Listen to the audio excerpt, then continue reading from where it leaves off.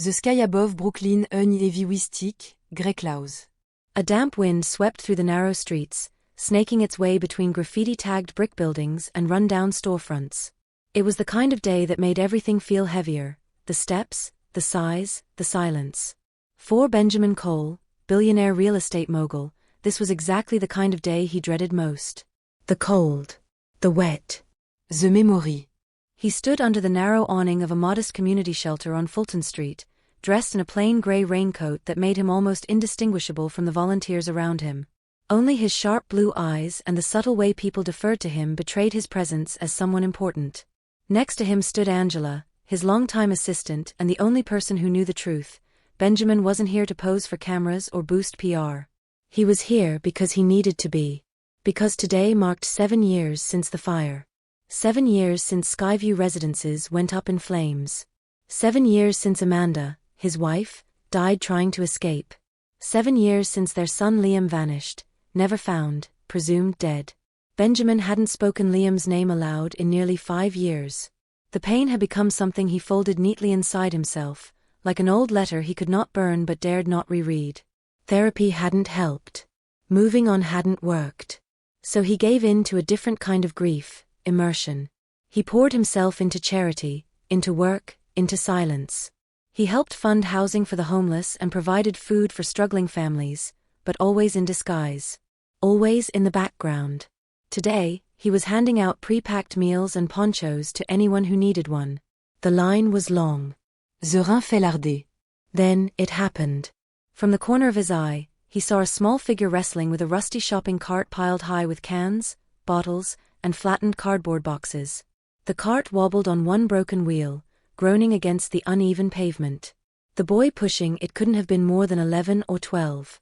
His jeans were soaked, his sneakers too big, his hoodie clung to his thin frame like wet paper. And then he tripped. The boy hit the ground hard, the cart toppling beside him. Bottles rolled in every direction, some shattering against the curb.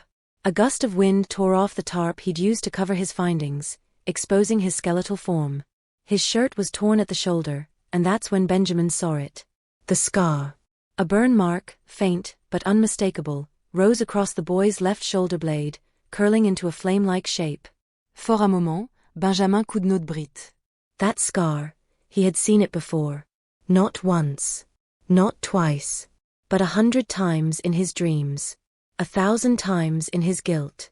It was the scar Liam had gotten when he pulled down a kettle of boiling water at age 4. Amanda had cried for hours that day.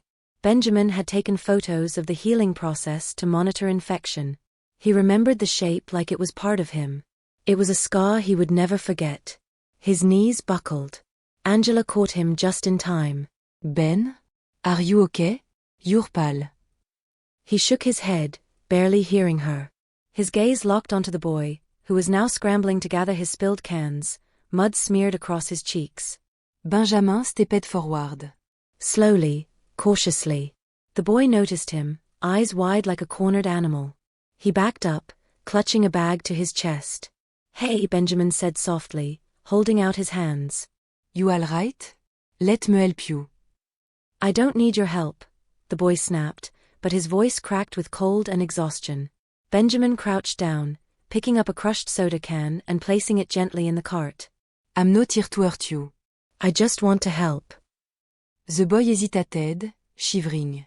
He was soaked to the bone, his lips tinged blue. What is your name? Benjamin asked. The boy looked down. I don't know my real name. People call me Jaden." That is what I go by. Jaden. Benjamin swallowed hard. That wasn't Liam's name. But everything else, the age, the scar, the eyes that looked too old for his face, it all screamed a different truth. "Where are your parents, Jaden?"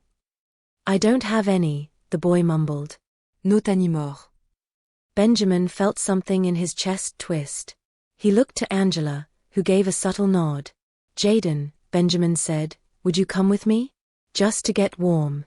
We'll get you some dry clothes, some hot food." No string attached. Jaden bit his lip. Rainwater dripped from his chin. Then, after a long pause, he nodded. "Okay. But I'm not staying." Angela booked them a room at a nearby boutique hotel, clean but not flashy. Jaden stood awkwardly in the doorway, unsure whether to take off his shoes. Benjamin handed him a dry towel and a hoodie that nearly swallowed him whole. In the bathroom, Jaden took a long hot shower. Steam rolled under the door as Benjamin sat on the bed, staring at the scar through his memory.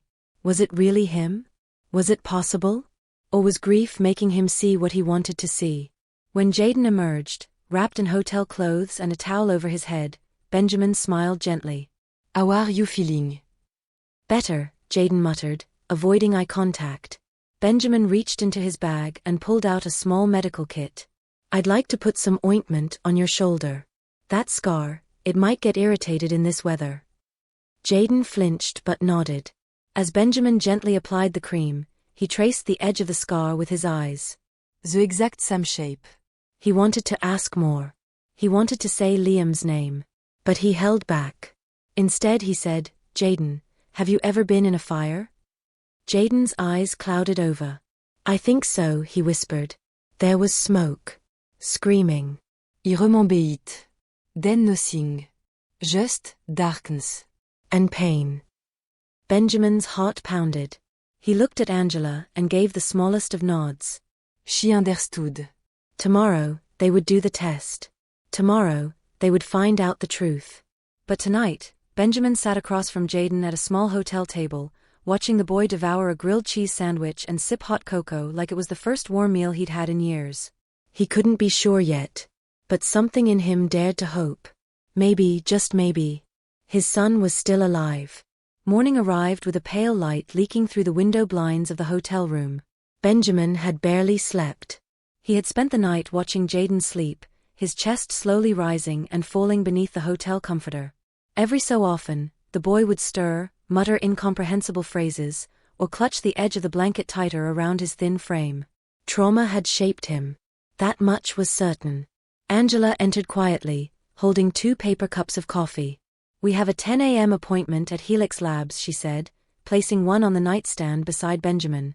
They'll run the DNA comparison with your existing file. Results in 72 hours, max. Benjamin nodded but said nothing. He was afraid to speak. Afraid his voice would betray the storm in his chest. Jaden woke around 8, groggy and blinking against the soft light. He looked at Benjamin, confused for a second, then remembered where he was. A shadow of fear crossed his face, quickly masked by caution. You stayed, Jaden said, voice hoarse. Benjamin smiled gently. Of course.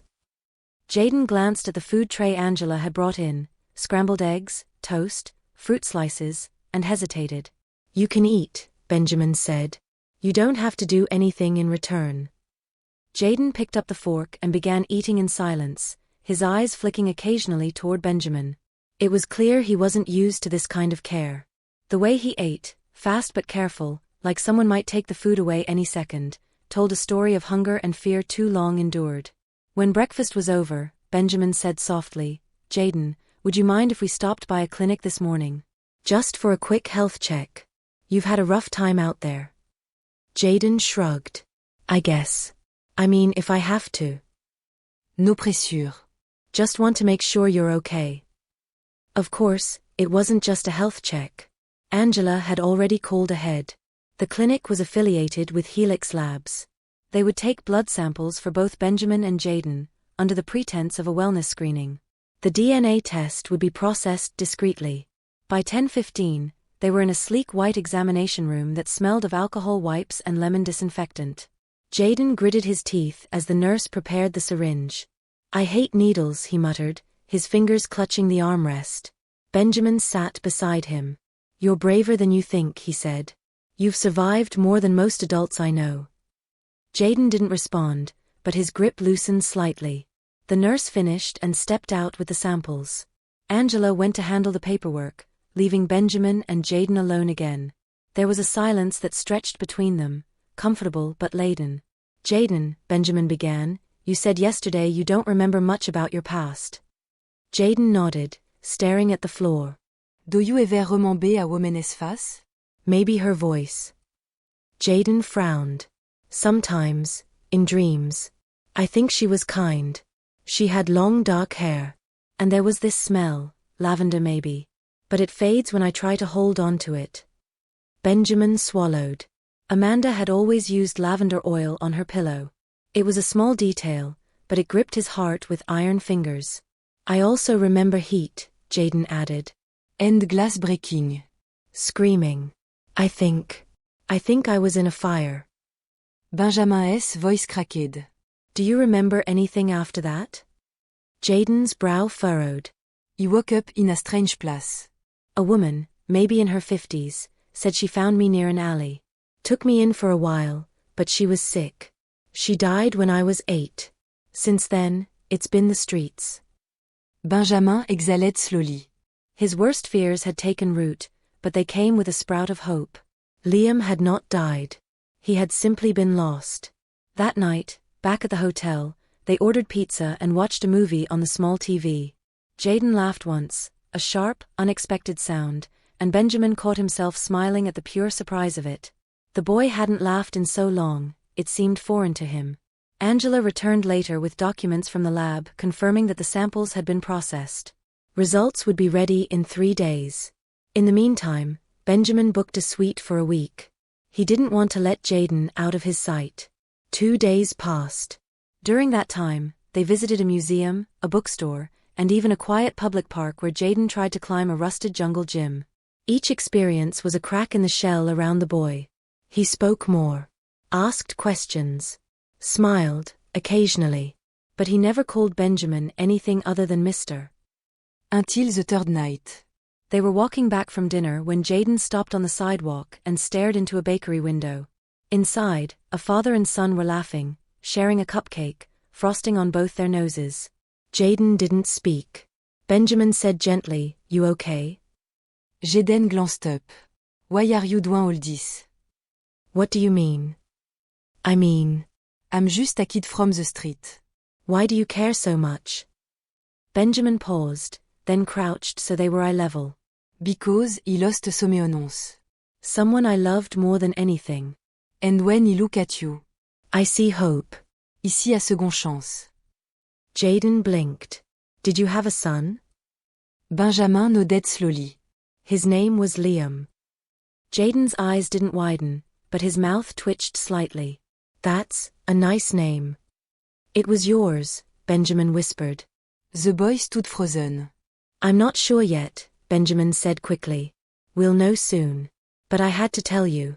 You deserve the truth. Jaden said nothing. They walked back in silence. But that night, as Benjamin turned off the lights and climbed into the second bed, he heard a small voice in the dark. Mystère. Yeah. If I'm not your son, will you still let me stay? Benjamin turned his head, heart breaking anew. Yes, he said firmly. You don't have to be my son for me to care. But if you are, then I've found a part of myself I thought was gone forever. Jaden was quiet. Then, softly. Good night, Dad. Benjamin didn't respond. He couldn't. His throat was too tight. Tears slid silently into his pillow, and his heart, for the first time in 7 years, beat not in mourning but in awe. The results would come tomorrow. And with them, the truth. The morning the results arrived, Brooklyn was awash in sunlight, as if the city itself held its breath for the truth. Benjamin stood by the hotel window, a cup of untouched coffee growing cold in his hand. Jaden was still asleep in the second bed, curled under the covers, his face turned toward the window. The boy had begun sleeping more soundly, no longer flinching at every creak of the walls or gust of wind outside. But today, Benjamin knew, might change everything. Angela knocked lightly and entered with a sealed envelope in hand. They emailed it first. I printed it out, she said.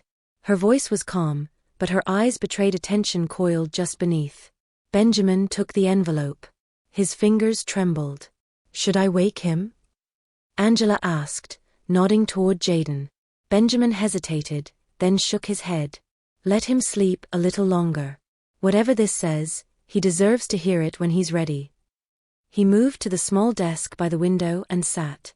The room was silent except for the quiet hum of the heater and the distant sound of traffic. Slowly, he tore open the envelope and unfolded the paper. His eyes scanned the first lines. Genetic relationship analysis. Probability of paternity, 99.997%. Benjamin S. briscogt. His hand flew to his mouth as a sob rose from somewhere deep within his chest. He lowered the paper and stared out the window, unable to stop the tears that welled in his eyes. It was real. Jaden was Liam.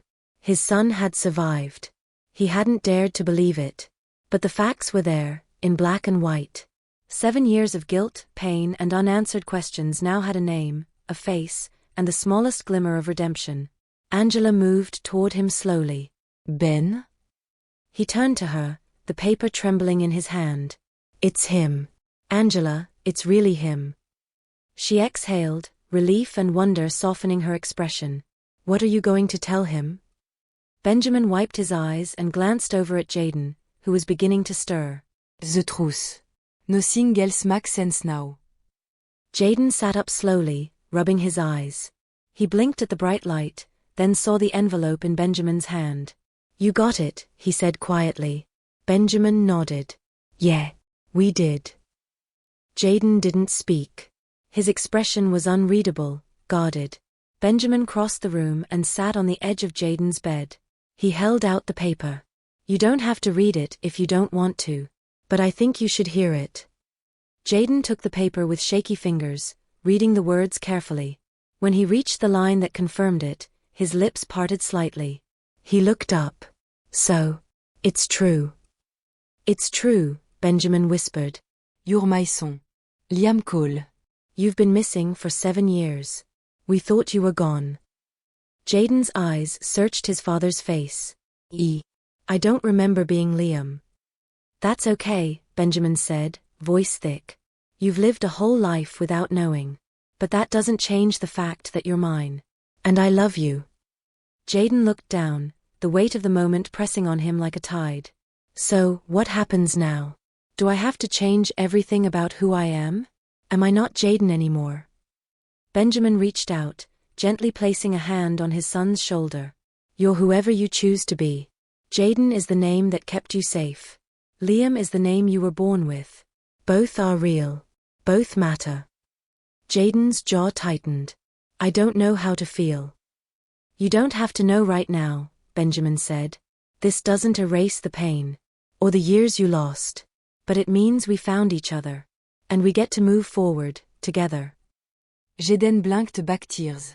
Do you think Mom would recognize me? Benjamin's face crumpled. She would have known you in an instant. And she would have been so proud. You survived something most couldn't. You held on. For the first time, Jaden let himself cry, not from fear or loneliness, but from release. He buried his face in Benjamin's chest, and the man held him as if trying to make up for every second they had lost. They sat like that for a long time. By late afternoon, they checked out of the hotel and drove uptown to Benjamin's brownstone in Park Slope. It was a large, stately home with ivy crawling along the brick exterior, the kind of house Jaden had only ever seen in movies. He hesitated at the front steps. I don't belong here, he said. Benjamin looked at him. You belong with me. Nommez the address. Jaden nodded slowly and followed him inside. The warmth hit them instantly, a stark contrast to the cold wind outside. A woman in her early 50s stepped into the foyer. Mr. Cole, she said with a smile. Welcome back. This is Mrs. Elkins, Benjamin said, turning to Jaden. She's been our housekeeper since before you were born. Mrs. Elkins gasped softly, her hand flying to her mouth. Is it? Oh my God. Liam. Jaden offered a shy smile. You can still call me Jaden. I'm getting used to things. She wiped a tear and embraced him. Welcome home, sweetheart. Benjamin showed Jaden to his old bedroom. Though remodeled into a study over the years, it still had the bay window seat and a mural Amanda had painted on the wall, faded now but visible. Liam's name was carved faintly on the inside of the closet door. Jaden ran his hand over the letters, silent. I'm not ready to be that kid again, he said at last. You don't have to be, Benjamin replied. Just be you. That's allez point. That evening, Benjamin cooked dinner himself, an unremarkable pasta dish that made Jaden laugh because the noodles were slightly overcooked. Mom used to be the chef, huh? He teased. Benjamin smiled. She had her talents. Mine, are still in development. After dinner, Jaden wandered into the living room and stood before the fireplace, where a framed photo of Amanda rested on the mantel. She was smiling, arms wrapped around a toddler version of Liam, eyes bright and full of joy. Jaden stared at it for a long moment. I think I remember this. Benjamin looked up. You do. I remember her laugh. It sounded like music. Benjamin felt his heart swell. She loved you more than anything. And she fought to save you. Jaden turned, a question in his eyes. How did she die? Benjamin hesitated, then told him everything, about the fire, the chaos, how Amanda had gotten trapped trying to find him. How Benjamin had barely made it out. I looked for you, he said. For years. No one believed you'd survived. But I never stopped hoping. Jaden looked down. I didn't know anyone was looking. You do now. That night before bed, Jaden stood at the door of Benjamin's room. Good night. Dad, he said softly. Benjamin S. Brisicht. Good night, son. The door closed gently behind him. Upstairs, alone in his room, Jaden stared at his reflection in the mirror. He touched the scar on his shoulder. For the first time in years, it didn't feel like a curse. It felt like a map, one that had finally led him home. Jaden woke early, the room filled with soft gray light. For a few seconds, he forgot where he was. The warmth of the bed, the absence of street noise, and the smell of freshly brewed coffee wafting up from downstairs created a dissonance that felt surreal. He sat up slowly, glancing around at the space that now belonged to him, walls painted a soft blue, shelves lined with books, and a desk already stocked with new supplies. But despite the comforts, his thoughts were far from restful. The night before, he had called Benjamin Dad for the second time.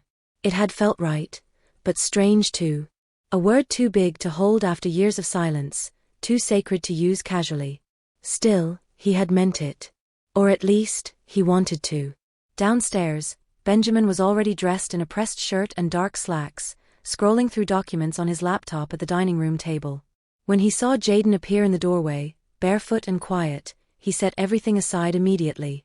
Morning, Benjamin greeted, trying to sound casual despite the flicker of joy in his voice. Morning, Jaden replied. He hesitated, then added, thanks for yesterday. For everything. You don't have to thank me for loving my son. Jaden sat down across from him, fiddling with the hem of his sleeve. I've been thinking a lot about her. My mom. Benjamin looked up, instantly attentive. I don't remember her clearly, but when I saw her photo last night, something clicked. Her face, her eyes. I think I used to dream about her. I just didn't know it was real. Benjamin nodded, his voice gentle. Grief does that. It blur memory. Especially when the pain is too big to hold. Jaden bit his lip. Do you think she'd be disappointed in me? I mean, for the years I lived like that, on the street, picking through trash, stealing sometimes just to survive. Benjamin shook his head. She'd be heartbroken knowing what you went through, but never disappointed. She'd be proud of how strong you were, of how you kept going. Jaden looked down. I don't feel strong. You are, Benjamin said firmly. You were just a kid when you lost everything. And yet somehow you made it here. That's strength, Jaden. That survival. They sat in silence for a while, the only sound being the ticking of the clock on the wall. Then Benjamin stood and walked over to a nearby cabinet. He pulled out a small wooden box and returned to the table. I wasn't sure when would be the right time to show you this, he said, placing it gently in front of Jaden. Inside were keepsakes from Liam's early childhood, a tiny pair of baby shoes, a crumpled drawing of a stick figure family, and a hospital bracelet marked Liam Cole. There was also a photo, Amanda holding baby Liam at the beach, the waves behind them sunlit and sparkling. Jaden stared at the items, a lump forming in his throat. His fingers brushed over the hospital bracelet, then the drawing. I drew 10. You were 3. You insisted on giving everyone superhero capes. Jaden managed a small smile. It's terrible. It's perfect, Benjamin said. Later that afternoon, Benjamin brought Jaden to the school district office to begin the process of enrolling him in classes. Jaden, who hadn't set foot in a real classroom in years, was nervous but curious. The woman at the front desk handed him a packet of forms. "We'll need a birth certificate," she said. Benjamin froze slightly, then explained they were in the process of restoring Jaden's legal identity. The woman nodded sympathetically and agreed to start a provisional enrollment while the paperwork was finalized. On the way home, Jaden turned to his father. What if I'm too far behind? What if he can't catch up with kids my age? "You will," Benjamin said. "You've had to learn things the hard way. That counts for something." Enduro talon anymore. Jaden didn't answer, but he held the folder of papers tightly in his lap the whole ride home. That evening, Jaden wandered into Benjamin's study. The room was lined with bookshelves, and a large map of the world stretched across one wall, pins marking different locations. "You've traveled a lot?" Jaden asked. Benjamin looked up from his desk, surprised but glad to see him there. "Mostly for work. I used to negotiate international real estate deals. After the fire. I stopped traveling." Jaden traced the lines on the map with his finger. Will you travel again? "Maybe. If you want to come with me someday." Jaden glanced over his shoulder. I've never been anywhere. "Except a few neighborhoods in the city." "We'll fix that," Benjamin said, smiling. Jaden moved closer to the shelves, scanning the titles. One book caught his eye, The Art of Resilience. He pulled it out and flipped through the pages. "You read this?" he asked. "Twice. It helped me when I felt like everything was lost." Jaden tucked it under his arm. "Maybe I'll read it too." Benjamin stood and joined him. Jaden, I want you to know something. There's no rush. To become Liam again. To remember. To heal. Take your time. This isn't a race. Jaden nodded. "I appreciate that. But I think I want to start remembering. I want to know who I was. Who I might still be." Benjamin reached for a small photo album on the nearby shelf and handed it to him. "Then let's start here." They spent the rest of the evening flipping through photos, first steps, birthdays, family vacations. Benjamin narrated each one, his voice often cracking with emotion. Jaden listened, sometimes asking questions, sometimes just staring, trying to bridge the gap between the boy in the pictures and the boy he had become. When it was nearly midnight, Benjamin noticed Jaden had fallen asleep on the couch, the photo album still open in his lap. He gently placed a blanket over his son, switched off the light, and sat for a long time beside him. He had found his son. But now, the real journey was just beginning. A journey of rebuilding. Of reclaiming a life stolen by tragedy. And of healing scars that no longer needed to be hidden. Weeks passed like the shifting tides of autumn, quiet at first, then full of sudden change. Jaden began attending a nearby public high school under a provisional identity. Benjamin had hired a private tutor to help him catch up on subjects he had never formally studied, and to everyone's surprise, including his own, Jaden thrived. He wasn't the fastest at math, nor the most articulate in literature, but he worked hard, and his teachers noticed. Every morning, Benjamin drove him to school, and every afternoon, Jaden would return with a new story. Sometimes it was about a classmate. Other times, about a poem they read or a science experiment gone wrong. Slowly, the walls around him began to thin. He still avoided large crowds and flinched when people raised their voices, but he was learning to breathe again in a world that once felt unsafe. One Saturday, Benjamin took Jaden to the Brooklyn Public Library. Jaden had never had a library card before. As they waited in line, Benjamin handed him the application form. "You get to sign it," he said. Jaden stared at the line for his name. Hésitated. "Do I write Jaden, or Liam?" Benjamin looked at him, thoughtful. "You can write whatever feels right today. It doesn't have to be forever." Jaden gripped the pen and after a moment's pause, wrote, Jaden Liam Cole. The librarian smiled as she handed him the card. Welcome to the world of Handle books. Jaden smiled shyly and slipped the card into his wallet like a badge of quiet pride. Later that evening, back home, Jaden sat on the edge of his bed holding a small leather-bound journal. It had been a gift from Angela, who encouraged him to write, not for anyone else, but for himself. At first, he didn't know what to write. But eventually, the words came. "I don't know who I am, but I know who I don't want to be. I don't want to be afraid forever. I don't want to keep running. Maybe I can't remember everything about Liam, but I remember what it feels like to be alone. And I never want anyone else to feel that way. He closed the journal gently, as if sealing a fragile truth inside. In the weeks that followed, Jayden began spending more time at the community center near their neighborhood. Angela introduced him to a youth volunteer group that organized food drives and winter coat collections. At first, he simply observed, standing in the background.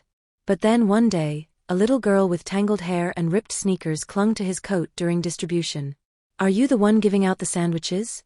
she asked, her eyes wide and hopeful. Jayden knelt down. Yeah. You want one? She nodded vigorously. He handed her a sandwich wrapped in foil. She took it, but didn't run off like the others. What is your name? Jayden asked. Chloe, she replied. Eunice. Jayden watched her run back to the curb, where she shared the sandwich with her younger brother. Something shifted inside him. That could have been me, he thought. That was me. That evening, he told Benjamin he wanted to organize a regular outreach event through the community center. Something small. Monthly. Just food and warm clothing. Benjamin listened carefully. You want to lead it? I want to try, Jayden said. I want to make sure no one feels forgotten. Benjamin nodded, his eyes shimmering. Then let's do it. They called it the Firelight Project, Jayden's idea, a nod to the warmth and guidance he never had on the streets. The name spread quickly through the community. Local restaurants donated food. Neighbors contributed blankets. And Jayden, once a ghost in the alleyways, became a familiar face to dozens of families. Still, the shadows weren't entirely gone. One cold November night, Jayden came home later than usual. Benjamin was waiting in the living room, the fireplace crackling. Jayden looked pale, shaken. What happened? Benjamin asked. I ran into someone from before, Jayden murmured. Agui usait tout ce qu'avant jouise. He didn't recognize me, but I knew him. He was high, angry. He said some awful things to the volunteers. Did he hurt anyone? No. But it reminded me, Jayden's voice faltered. That he came from a different world. One I can't fully leave. Benjamin stood, placing a steady hand on his son's shoulder. That world didn't define you. It shaped you, yes. But it didn't break you. You left it, and now you're helping others do the same. Jayden looked into the fire. What if he can't keep it separate? What if it pulls me back? Then we'll face it together, Benjamin said. That's the deal. You don't carry it alone anymore. Jayden nodded slowly, the warmth of his father's presence anchoring him again. Later that week, Jayden was asked to speak briefly at a donor event for the Firelight Project. It wasn't a large crowd, just local supporters and community leaders, but the idea of speaking in public made his stomach twist. Angela coached him through it. Just tell your truth, she said.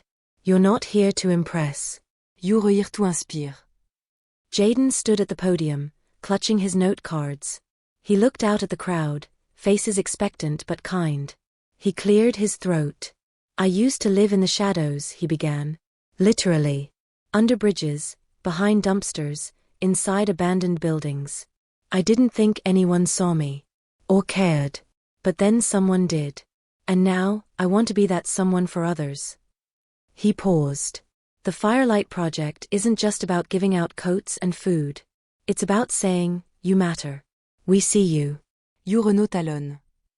The room was silent for a moment, then filled with gentle applause. Benjamin, standing at the back, felt something deep inside him loosen, pride, love, and something that felt almost like healing. Afterward, Jayden stepped off the stage and made his way over to Benjamin.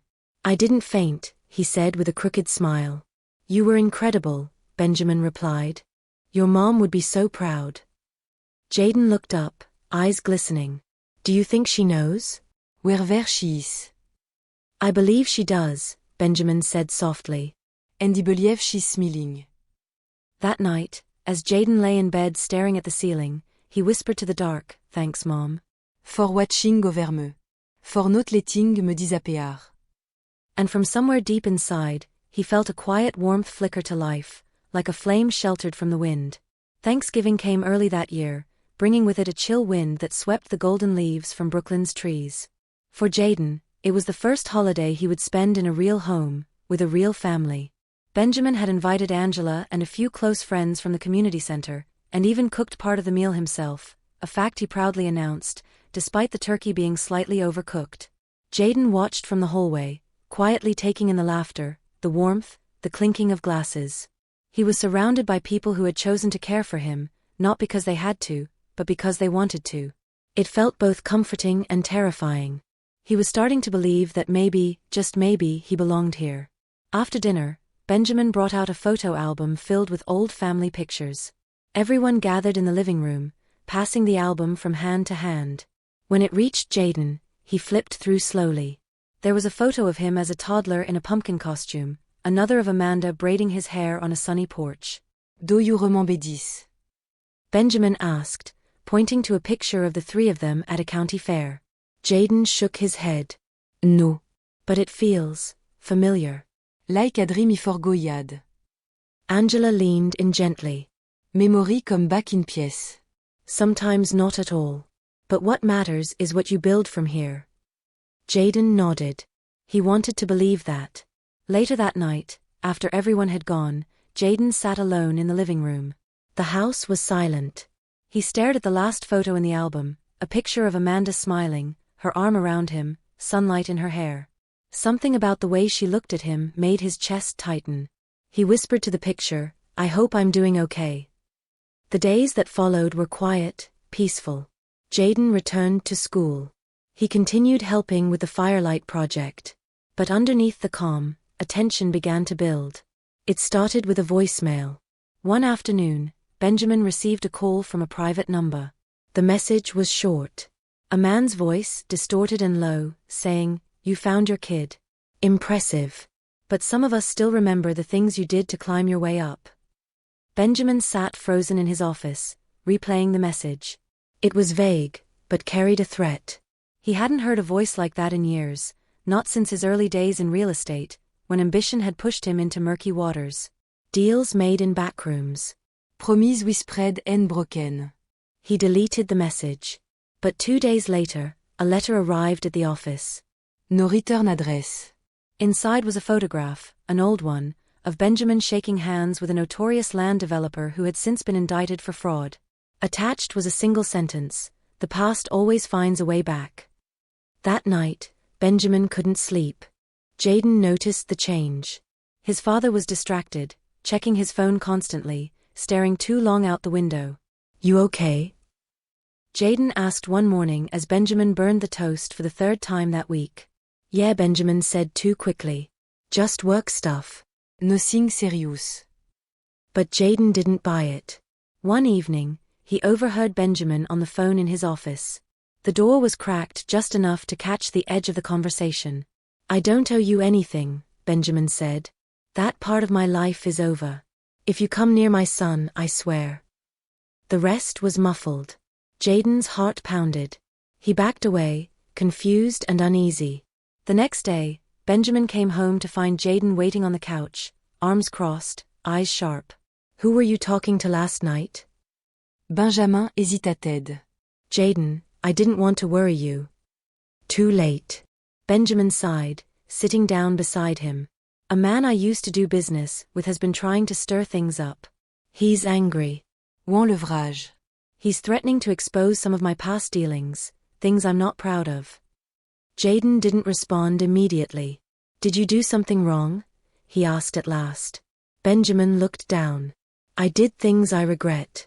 When I lost your mom, when I thought you were gone, I buried myself in work. I got involved with people who promised quick results. I closed my eyes to what I didn't want to see. And yes, some of the deals I signed off on hurt people." Jaden absorbed this silently. "Why didn't you tell me before?" he asked. "Because I wanted you to believe in who I am now, not who I was. But maybe that was a mistake. Maybe you need to know both." Jaden stood, walking to the window. "I don't care what you did before. I care what you do now." "But if someone's threatening us, you need to tell me. I've had enough of people hiding things from me." Benjamin rose and walked to him. "You're right. No more secret." That night, they made a plan. Benjamin would contact his legal team. Jaden would continue life as usual, but with a bit more caution. Benjamin also arranged for additional security, quiet, non-invasive, but enough to give them peace of mind. Still, the stress lingered. The next week, Jaden's school hosted an art competition. Encouraged by his teacher, Jaden submitted a painting titled The Edge. It showed a figure standing on the rooftop of a building, one foot lifted, but not falling, hovering in the moment before choice. The background was fire and sky, pain and possibility intertwined. The painting won first prize. After the award ceremony, Jaden stood beside his canvas as students and teachers passed by. Angela approached him, her eyes misty. "It's powerful," she said. You captured something gros. Jaden nodded. "It's about that space between staying broken and deciding to heal." She smiled. Sounds like Someone I know. Later at home, Benjamin hung the painting in the hallway. "It belongs here," he said. Jaden didn't argue. But that night, as the wind howled outside and the trees bent low, a stone was thrown through their front window. It crashed into the living room, shattering glass everywhere. A note was tied around it. Jaden grabbed it first. Scrawled in red ink, "Firelight burns too bright. Watch your back. Benjamin called the police." They arrived quickly, took statements, dusted for prints. But there was little to go on. The officers were sympathetic, but realistic. Benjamin sat in silence after they left, hands trembling. Jaden walked over, picked up the broom, and began sweeping up the glass.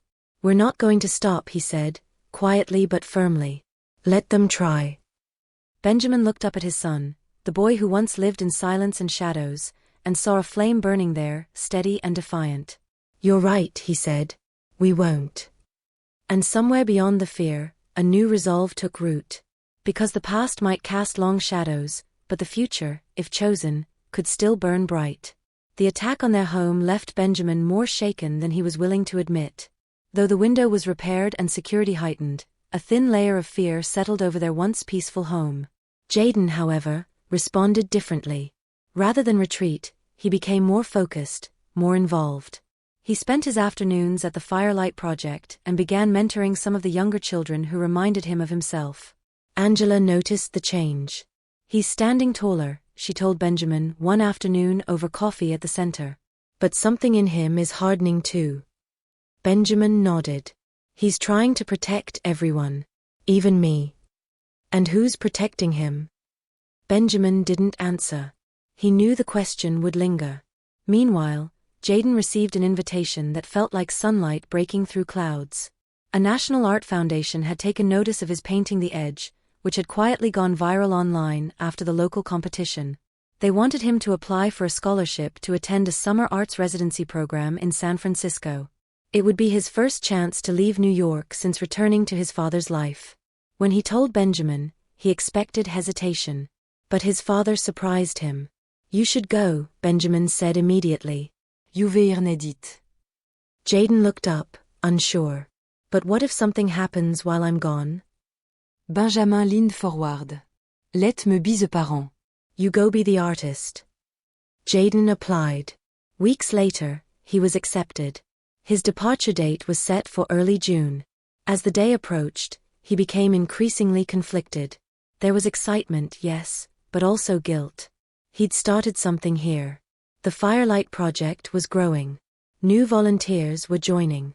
The kids were beginning to look up to him. What would they do without him for 6 weeks? He voiced these concerns to Angela during one of their project meetings. "You won't be gone forever," she said. "And sometimes the best way to help others is to grow yourself first." The day of his departure was quiet. Benjamin drove him to the airport. They didn't speak much in the car. As they stood at the gate, Benjamin pulled something from his pocket, a small key on a leather string. "This was your mother's," he said. "She wore it around her neck. Said it reminded her that she could always find her way home. I think it's time you had it." Jaden took the key gently, closing his hand around it. "Thank you," he whispered. "Call me when you land," Benjamin said, hugging him tight. The plane took off into a clear sky. San Francisco was like another world.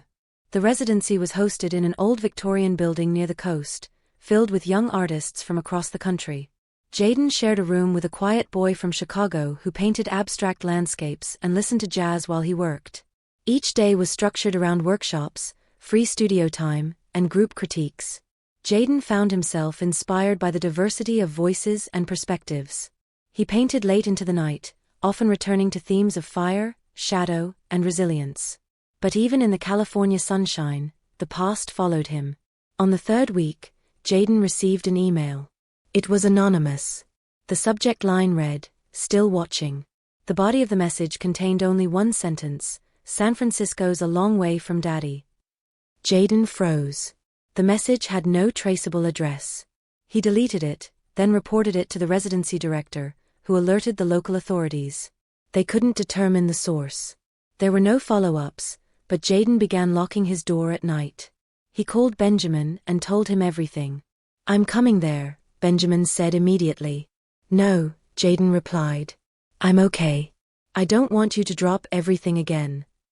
You're my son. "There's no such thing as dropping everything for you." Jaden paused. "Then at least wait. If something else happens, I'll tell you." "I promise." Reluctantly, Benjamin agreed. To cope, Jaden turned to his art. He began a new series called Ashes to Light.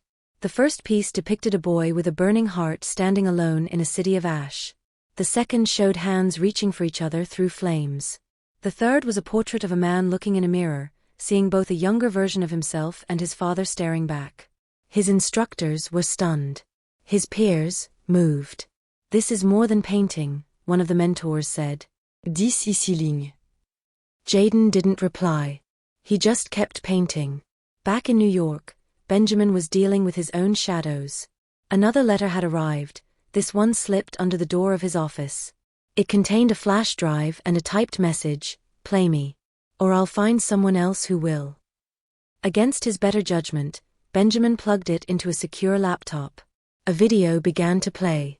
It showed grainy security footage from over a decade ago, Benjamin in a parking lot, handing over an envelope to a man with a blurred face. The timestamp matched the period when he'd been involved in questionable land deals. He knew what this was. Blackmail. The message was clear: pay up or be exposed. That night, Benjamin stared at his own reflection for a long time. The man he saw was not the same as the one in the video. But both lived in him. And unless he acted, the past would keep burning away the present.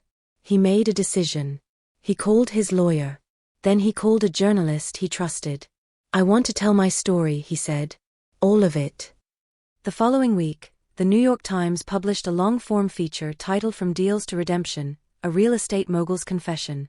In it, Benjamin laid bare his early ambitions, his moral compromises, the consequences, and the choice to walk away after the fire that nearly consumed his family. The response was mixed. Some praised his honesty. Others called it too little, too late. But Benjamin didn't care. He had nothing left to hide. Jaden read the article in his dorm room in San Francisco. He called his father that evening. "You did it," he said. "I had to," Benjamin replied. No more running. Jaden was silent for a moment. "I'm proud of you," he finally said. And in that moment, across miles and time zones, something healed between them. Jaden returned to New York 2 weeks later. He came home to a quiet evening, warm food, and his painting The Edge now hanging above the mantel. As they sat together, Jaden handed Benjamin a sketchpad. "What is this?" Benjamin asked. "My latest series," Jaden said. "It's called After the Fire." Benjamin opened it slowly, page by page. The first image was of two figures walking through a forest of ash. The second, of a small flame carried inside cupped hands. The third, a sunrise breaking over a scarred city skyline. Benjamin looked up. "It's beautiful." Jaden nodded. "It's just the beginning." Autumn returned to Brooklyn, painting the trees in shades of rust, gold, and crimson. The air carried the scent of fallen leaves and wood smoke, and the Firelight Project was thriving. What had begun as a modest community initiative had grown into a sanctuary, offering art classes, tutoring, mental health support, and weekend meals. Jaden, now deeply rooted in its mission, spent more of his free time mentoring new kids who came through the doors with the same hollow eyes he once had. One of them was a boy named Malik, 10 years old, sharp-tongued and distant, with a burn scar on his leg and a notebook full of angry poetry. Jaden saw too much of himself in the boy. He began working with him privately, encouraging him to channel his pain through words and images. It wasn't easy. Malik resisted. He tested limits. But Jaden didn't give up. "You can't scare me," Jaden told him one day after Malik threw a paintbrush against the wall. "Why not?" the boy asked, defiant. "Because I've been you." Malik didn't reply, but the next day, he showed up early and cleaned up his mess. Progress, Jaden thought. Tiny sparks of trust, slowly catching fire. Meanwhile, Benjamin found himself re-entering the world of real estate, but on his terms. After his public confession, many doors had closed, but a few remained open, people who admired his courage and offered him a chance to rebuild. He accepted a consulting role in a non-profit urban renewal project, focused on converting abandoned buildings into shelters and learning centers. It wasn't glamorous, but it was honest, and it aligned with who he was becoming. Angela continued to be a steady force in both their lives. She now served as the Firelight Project's director, organizing outreach and partnerships. She and Benjamin grew closer, not romantic, but bonded by mutual respect and shared purpose. Jaden often joked that she was his co-parent in redemption. But the peace they had built was once again threatened. Late one Friday evening, a fire broke out in one of the storage rooms at the Firelight Project's community center. Luckily, no one was hurt, and the damage was contained before it reached the main art wing. The fire marshal determined it was arson. Accelerants had been used. It was deliberate. Angela called Benjamin and Jaden to the scene. Ash covered the sidewalk. The smell of smoke clung to the air. Jaden stood in front of the building, fists clenched. "Why does this keep happening?" he muttered. Benjamin put a hand on his shoulder. "Because you're doing something that matters. That scares people." Angela joined them, her voice low. There were no cameras in the back lot. "We've talked to the neighbors, but no one saw anything." Benjamin's jaw tightened. Whoever did this wanted to send a message. Jaden looked at the charred doorway, blackened edges framing a darkness that felt too familiar. He felt heat rise in his chest, not just fear but fury. This was his safe place, his second home, and someone had tried to burn it down. They spent the next week organizing repairs, moving classes to temporary spaces, and reassuring families that the project would continue. The community rallied. Donations came in. Volunteers offered their time. The media caught wind, and the story became local news. "Firelight refuses to be extinguished," the headline read. But behind the headlines, pressure mounted. One afternoon, Jaden received another anonymous email. "No word this time, juste un vidéo attaquement." He hesitated, then opened it. The footage showed someone, unidentifiable, walking into the back lot of the community center, holding a canister. The person turned briefly to the camera. Their face was obscured by a hoodie, but something about the stance, the build, chilled Jaden. He showed it to Benjamin. "It could be anyone," Benjamin said. But they knew where the camera was. They wanted to be seen, without being known. Jaden's phone buzzed again. Another message. This one was a screenshot, from the same video, zoomed in on the figure. A red circle drawn around the hoodie. Triward beneatit, Yuli the fire. Jaden stared at the message, his throat dry. "What does that mean?" he asked. Benjamin took the phone, reread the message, then looked at Jaden. "Maybe they think you're the reason all this is happening. That the fire follows you." Jaden stepped back, shaking his head. "That's not fair." "No," Benjamin agreed. "But some people don't care about fair." That night, Jaden couldn't sleep. He sat on the rooftop of their brownstone, staring at the skyline. The city felt both endless and claustrophobic. He remembered the warehouse fire that nearly took his life years ago. The one that stole his mother. The one that mocked him. He looked down at the key Benjamin had given him, the one that once belonged to his mother. It felt heavier now, like it carried not just memories but responsibility. He whispered to the wind, "What do you want from me?" And the wind whispered nothing back. The next day, Jaden returned to the community center early. He found Malik sitting on the steps, clutching his notebook. "What are you doing here?" Jaden asked. Malik shrugged. "Couldn't sleep." Jaden sat beside him. "Me neither." They sat in silence. Then Malik spoke. "I heard people talking. About the fire. Some kids at school said maybe you brought trouble here." Jaden felt the sting but didn't show it. "Yeah. I heard that too." Is it true? Jaden looked at him. What do you think? Malik made sighs. "I think people say dumb things when they're scared." Jaden smiled, just barely. "Yeah, they do." Malik opened his notebook and tore out a page. "I wrote something. For you." Jaden took the page and read. They say the fire eat everything. But sometimes it makes room for something new. I think people are like that too. Jaden folded the note carefully and put it in his jacket pocket. "Thank you," he said. Later that week, Benjamin called a press conference. He stood on the steps of the Firelight Project, with Angela and Jaden at his side. Cameras rolled. "I want to speak directly to whoever's behind these attacks," he said. "You've tried to scare us. You've tried to break what we're building. But it won't work. Because this isn't just a building. It's a promise. And we keep our promises." Jaden took the mic next. He was nervous, but his voice was steady. "I used to believe fire only destroyed. But I've learned it can also reveal.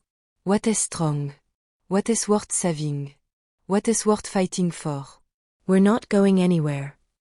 The crowd erupted in applause. And in that moment Jaden knew, he was no longer the kid trying to outrun his past. He was the one lighting the way forward. The weeks following the press conference brought a strange calm to the city. There were no new threats, no fires, no cryptic messages. It was as if whoever had been lurking in the shadows had finally burned through their fuel. Or perhaps, Jaden thought, the public show of unity had extinguished their power. The Firelight Project resumed full operations. Volunteers returned. Classes filled again. Kids like Malik began to smile more easily, laugh more freely. The walls of the community center bore new murals, brilliant streaks of orange and gold, painted by the children, guided by Jaden's steady hands. But something within Jaden still stirred. He kept thinking of the phrase, "You lit the fire." Not as an accusation, but as a possibility. Had he? Not literally, but in spirit? Had his presence reignited old grudges, stirred dormant resentment? He brought the question to Angela late one evening as they cleaned up after a community dinner. "Do you think I attract trouble?" he asked without looking up. Angela paused, wiping her hands on a towel. "I think you attract attention." Because you're brave. And not everyone knows how to handle that. Jaden gave a half smile. It doesn't feel brave most days. "Good," she said. "Bravery that feels easy is just ego." That night, Jaden returned home and found Benjamin in the study, surrounded by papers. His father looked tired, but focused. The apartment was filled with the hum of quiet music and the smell of chamomile tea. "You're up late," Jaden said. Benjamin looked up. "Just reviewing a proposal. They want to expand the renewal program into more boroughs. I'd have to step into a leadership role again." Jaden sat across from him. Will you do it? Benjamin leaned back. "I'm not sure. If I built something good with you, here. I don't want to lose that." Jaden was quiet for a moment, then said, "You won't." I think we're strong enough now. To stretch." Benjamin studied his son's face, the same one that used to be gaunt with fear and now glowed with purpose. "You've changed," he said softly. Jaden smiled. "I think I'm becoming who I was supposed to be." The next day, Benjamin accepted the leadership role. And Jaden received an unexpected invitation. The Metropolitan Arts Council was hosting a statewide youth art showcase. One of the judges, having seen Jaden's Ashes to Light series, personally recommended him. They wanted him to display his work and speak about the intersection of trauma, healing, and creativity. It would be his largest audience yet. The showcase was scheduled for the first weekend of December, held at a gallery in Midtown Manhattan. Jaden spent the next few weeks preparing new pieces, curating old ones, and rehearsing a short talk. He chose his words carefully, not because he wanted to impress, but because he wanted to tell the truth. When the day arrived, Benjamin and Angela accompanied him to the event. The gallery buzzed with guests, critics, students, artists, community leaders. Jaden's section was a corner space filled with paintings that pulsed with color and meaning: The Edge, Burning Hands, After the Fire, and a new piece titled Inheritance, a portrait of his father holding a child made of smoke and flame. When it came time for Jaden to speak, he stepped onto a small platform under warm lights. The room quieted. He took a breath. "I grew up believing I was broken," he began. "That pain was my legacy. That the world had already decided who I was and where I would end up. I lived in shadows. Until one day, someone found me. Not to rescue me, but to remember me." He looked at Benjamin in the crowd. "My father and I had both been burned by different fires, his by guilt, mine by loss. But we chose not to be defined by it. We chose to create something instead. A center. A home. A life." He paused, scanning the room. "These paintings are not about destruction. They're about what's left after. The spark that stays. The light you carry forward." The applause was immediate, thunderous. But what mattered more was what followed. People came up to him, teachers, parents, survivors, sharing their own stories. One woman in her 60s wept as she touched Inheritance, whispering, "This is what it felt like when my daughter came home." Later that night, after the gallery closed, Jaden stood alone in the exhibit, taking in the silence. The lights dimmed, but his paintings glowed under soft spotlights. "You ready to go?" Benjamin asked, entering quietly. "In a minute," Jaden said. "I just want to stay with them a little longer." Benjamin walked beside him, stopping in front of the edge. "I used to hate this one," he admitted. Jaden chuckled. "I know." Benjamin nodded. "But now I see it differently. You weren't painting anger. You were painting survival." Jaden looked up. "You saw me before I could see myself." "I only recognized what I'd once lost." They stood in silence, father and son, beneath the echo of applause and memory. Days turned into weeks. The showcase's impact rippled across the city. Donations to the Firelight Project surged. Malik's poetry group expanded. Jaden was asked to help design a new arts curriculum for at-risk youth across public schools. But not everything was celebratory.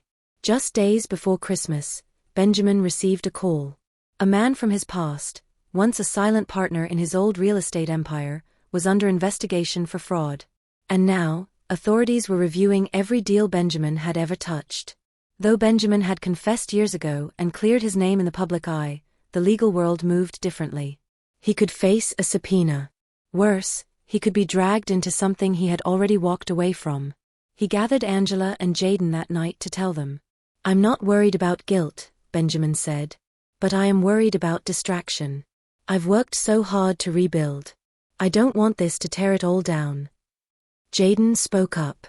"You told the truth. People saw that." "What happened, we fight it together." Angela added, "You've earned the benefit of the doubt. Let them dig. They won't find what you no longer carry." Still, the tension returned. Jaden began sleeping less. He started sketching late into the night, his lines darker, his colors sharper. He wasn't afraid, but he was alert. One evening, as snow began to fall, Jaden sat with Malik at the Firelight Project. "Do you ever think the world's trying to test us?" Malik asked. Jaden grinned. "No. I think the world just is. The test is what we do with it." Malik opened his notebook. "I'm writing a new poem. Want to hear the title?" "Sure." "It's called Light Doesn't Flinch." Jaden leaned back, heart full. "That's perfect," he said. The winter of Jaden's 18th year was unlike any other. Snow fell steadily over Brooklyn, coating the city in silence. Life at the Firelight Project remained vibrant, even as the season turned cold. The walls were covered with student artwork, holiday wreaths hung from every doorframe, and the scent of gingerbread and spiced cider lingered from a recent community dinner. Jaden had grown taller, leaner, but carried himself with a quiet confidence. He no longer flinched at loud noises, no longer looked over his shoulder when walking down dark alleys. He had become a symbol of resilience, though he never asked for the role. He simply lived it. Benjamin, on the other hand, was facing his reckoning. The investigation into his former business associate had escalated. Benjamin was called to testify before a federal ethics committee. Though he was not the focus of the probe, his name had surfaced in several dated contracts. All shadow reaching forward. I don't regret what I've built, Benjamin told Jaden the night before his appearance. But I do regret not burning some bridges to the ground when I had the chance. Jaden sat beside him, holding a cup of tea. You did the best you could with what you had. Just like Mom did. Just like I'm doing now. Benjamin turned to look at him. How did you become so wise? Jaden smiled faintly. I paid attention. The hearing was long but anticlimactic. Benjamin testified truthfully. He answered every question. By the end of the week, his name was cleared, again. But the ordeal reminded him how thin the walls were between past and present. Between reputation and redemption. Instead of retreating, he leaned in.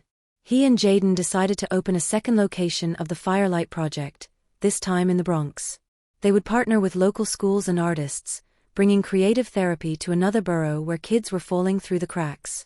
Angela agreed to oversee operations while training a new generation of leaders.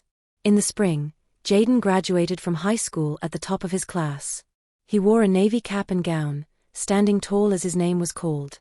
Benjamin sat in the front row, hands clenched together, tears filling his eyes as he watched his son walk across the stage, a boy who once believed he was a mistake, now becoming a man with a purpose. That evening, they hosted a small gathering on the rooftop of their brownstone. The city lights blinked below. Jaden stood near the railing, looking out at the skyline. You know, he said to Benjamin, I used to think this city hated me. Benjamin stepped beside him. And now? Jaden thought for a moment. Now I think it's where I was meant to rise from. As summer began, Jaden received an offer to attend a renowned art school in California. Full scholarship. They had seen his work at the Manhattan Showcase. He was stunned. He waited days before telling Benjamin. You're going, his father said without hesitation. No discussion. I don't want to leave you. You're not leaving me, Benjamin replied. You're honoring everything we built. You're carrying it further. Jaden hugged him tightly, the kind of embrace they no longer feared to share. Before his departure, Jaden organized one final mural project with the youth at the center. The theme was legacy. Each child painted a panel representing someone who helped them survive, parents, teachers, neighbors, even other kids. Jaden painted a burning tree in the center, its leaves made of words, faith, shelter, fire, truth, light. When it was unveiled, Benjamin stood at its base, speechless. I think this is the most beautiful thing I've ever seen, he whispered. It's not mine alone, Jaden said. It never was. On the morning Jaden was to leave for California, he stood once more on the rooftop. The air was thick with humidity. He held the necklace his mother had worn, now his keepsake, and looked east toward the horizon. Angela came up behind him. Your dad's double-checked your luggage twice. Jaden logued. Sounds about right. She handed him a small journal. I know you draw more than you write, but this is for the stories you haven't told yet. Jaden took it, nodded with gratitude. Thank you. For everything. You'll do great, Jaden. He didn't cry, not then. Not even when Benjamin hugged him at the airport, arms wrapped tightly, longer than necessary.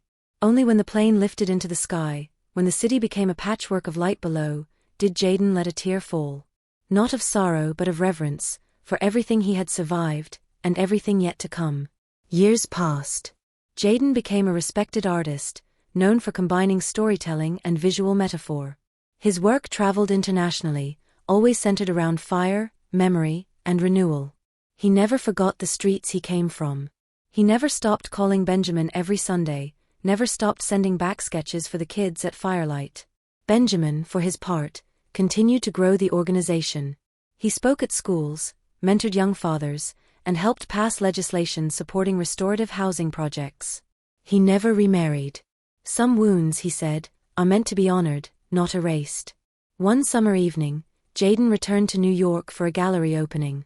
The main piece was titled The Scar That Saved Me, a mixed-media canvas featuring charcoal, wax, and threads of gold woven through dark paint. As he stood beside it, answering questions from reporters, a young girl approached.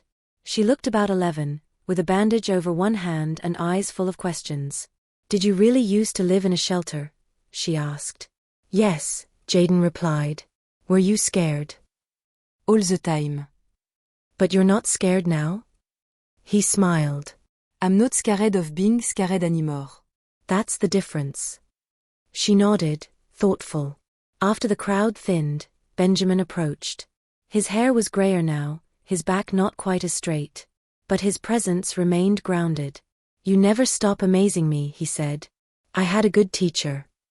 They walked together through the gallery. No longer father and son finding each other, but two men walking alongside each other. You ever miss the fire? Benjamin asked. Jaden looked at him, then back at the artwork. No. But I honor it. It made me.